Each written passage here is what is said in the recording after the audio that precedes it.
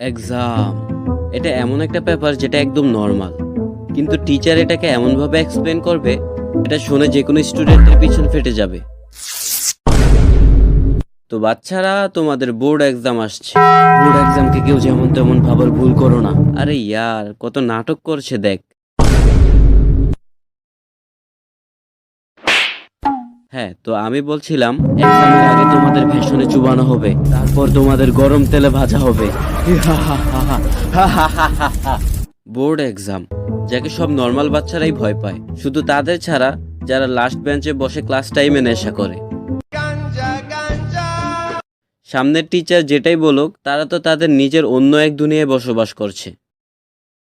পড়ালেখা করে কোনো লাভ নেই। আমি তো বিজনেস করব, ফুচকার বিজনেস, অনেক স্কোপ আছে। ফাহিম, ফাহিম।